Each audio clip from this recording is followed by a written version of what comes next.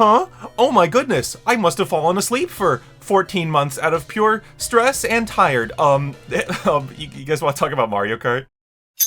Today I intend to bring you a big ol' list of my favorite Mario Kart hot takes, or unpopular opinions, contentious notions, whatever the kids are calling them these days. As for the rules, there are no rules. If it's Mario Kart related and I either see or expect to see people disagreeing with me on it, I'll be dropping it here. Please don't get pissed off, we're all just having fun here, man, and we all love Mario Kart. Oh, and also I'm not gonna put them in any sort of order or structure. Let's embrace chaos today. And what better way is there to embrace chaos than to start with the fact that I really don't want the series to become Nintendo Kart. I want to say right off the bat here that what I'm opposed to is not the very concept of a Nintendo crossover racing game, it's Mario Kart turning into that series. I just don't think it's worth sacrificing for that. Despite how many Mario Kart games there is so much from the Mario universe that could still make for amazing content, from levels to worlds to characters. I still have not seen EGAD on wheels. We have unfinished business! To be clear, I'm still okay with crossovers, and I think picking a couple franchises to bring in each time would be perfect. I would love to see a Pikmin track, but as soon as you turn the entire franchise into Smash, there's no going back. Snake will be in that biddy buggy any second, and I don't think I'm ready for that. Plus, then they can make Nintendo Kart its own series, and we can get 2 kart racers each console. Come on, people, think about my addiction here. Alright, here's another one for you. I'm not really a fan of Mario Kart's customization anymore. I can appreciate what it brings to the game, but as time goes on, I more and more yearn for the ability to just pick a kart and go. Get with the times, Nintendo, don't you see we want fewer options? Jokes aside, picking from pre-builts was just so much more simple, and I feel like it let them be more creative with the kart designs. And besides, most user-created combinations just look stupid anyways, and I doubt we're ever catching up to what CTR offers in this field. On the same topic, I'm also really sick of characters having full stat spreads. I mean, logically, what the hell does a driver have to do with how fast a car can go or how hard it can turn? All this leads to is my favorite character being objectively worse and me handicapping myself by playing them, which sucks. In my opinion, Mario Kart DS is the one that got this the most right. In that game, the characters only decide size and weight. You want to be a smaller target? You're gonna get bumped. You want to do the bumping? You're gonna be a huge target. It's really that simple. Sure, it could still be unbalanced in other ways, but I'd rather have everyone online driving the same overpowered kart than playing the same overpowered character. Overall, what I'm trying to say here is I just really don't want a reason not to pick Drybones. That's my boy. Hot takes aren't just all about negativity though, so I want you all to know that I really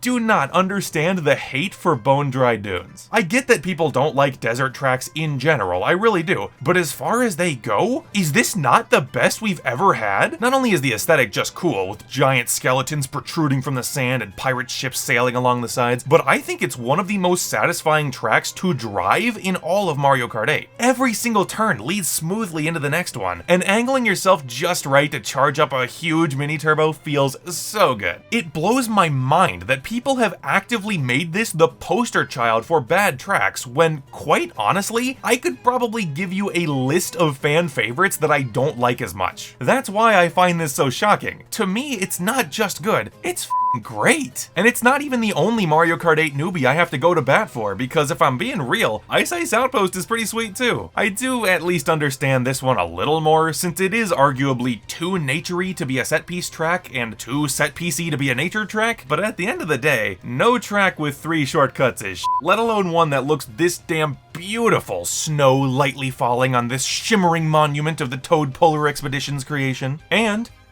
it's pretty fun to drive.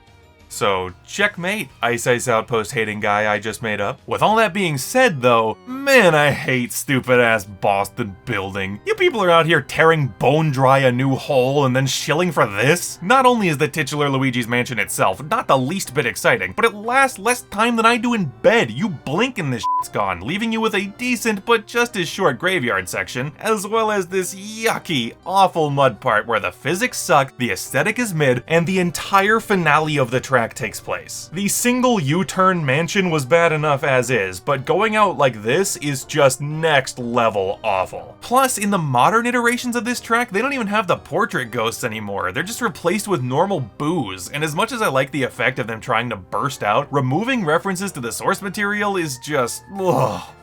look, sweetheart.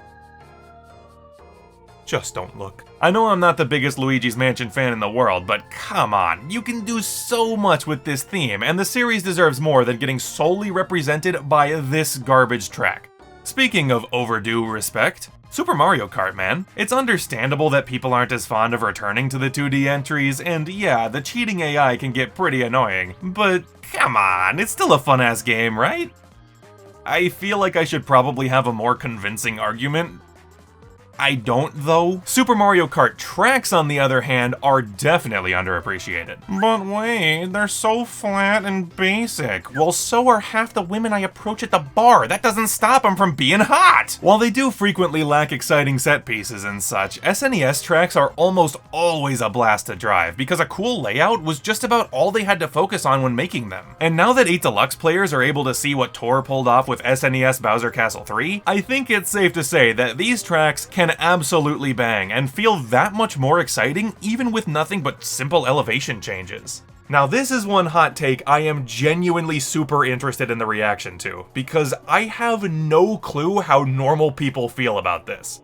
Unless we're talking about Double Dash specifically, I don't like double item boxes. The mechanics of that game are built around holding 2 items, so it makes perfect sense there. But in 8 Deluxe, I just don't think it adds anything outside of protection from pulling a bastard coin, which I'm kinda hoping we don't have to deal with in the future. I don't hate how Mario Kart 8 handled coins, but I'm still hoping that going forward we can leave them purely on the track and return to the classic single item slot, dragged items don't count system. To me, it's just the smartest, most elegant way to do things, and whenever I run into one of these double boxes, I can't help but see them as little more than a band-aid for the coin problem, which is kinda lame in comparison to just designing the game better, hence why I'm not so sure I want to continue seeing them outside of Double Dash. And you know what else might not belong outside of Double Dash? Double Dash tracks. Now this might sound like I've lost my mind, especially considering that last time we talked about Mario Kart I was practically frothing at the mouth for GameCube tracks in 8 Deluxe, and it's definitely an exaggeration, but now that we're in that post-GCN mellow, I've started to feel like even at their best, the remakes never live up to the original Double Dash versions. Not only were the tracks built for those sensual-ass controls, but take Daisy Cruiser for example. Yeah, it's neat that you can drive through the pool nowadays, but consider the fact that the shape of this starting section of track was created like this, and then boom, complete anarchy. It made sense from a logic perspective to let us drive in there post-7, but it kind of obliterated the actual design. I can appreciate being able to drive under the water on Sherbet Land, but yikes, it really did remove a lot of the treachery. And here's a kicker for you. Is it even possible for them to bring back Peach Beach? It would need an extensive redesign because its main obstacle is no longer an obstacle. It's just Big B Park now, which by the way would be a much worse track without the items being able to go over the walls. Oops! I am not saying to stop bringing back GameCube tracks, and honestly, I don't even have a solution to pitch for you here. I'm just saying that unlike every other game in the series, when I want to play a specific track from Double Dash, I'm rarely satisfied unless I find myself busting out the CRT and playing Double Dash. Ooh, a text. I gotta be honest, Mario Kart 8 had a way cooler meta than 8 Deluxe. I mean, yeah, fire hopping was obnoxious and dumb, but overall it was still way cooler than what we have now.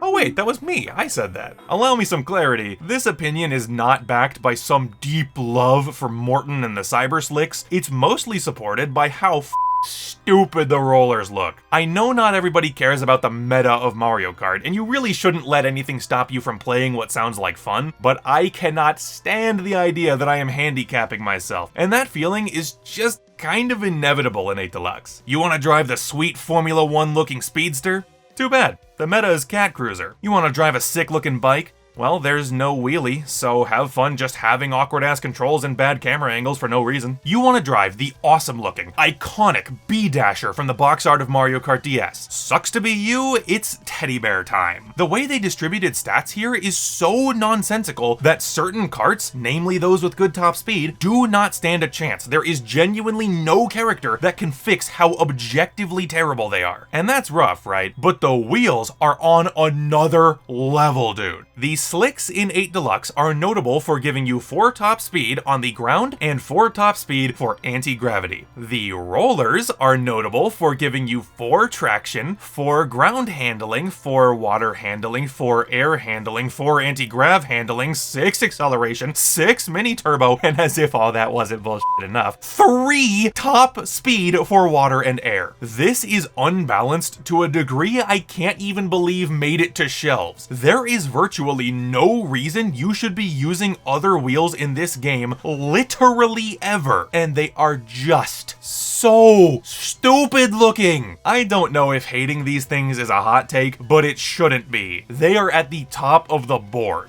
Alright, now that I've suitably burst every blood vessel I've got, let's wind down as I take the stand for 2 more tracks I think get way too much shit.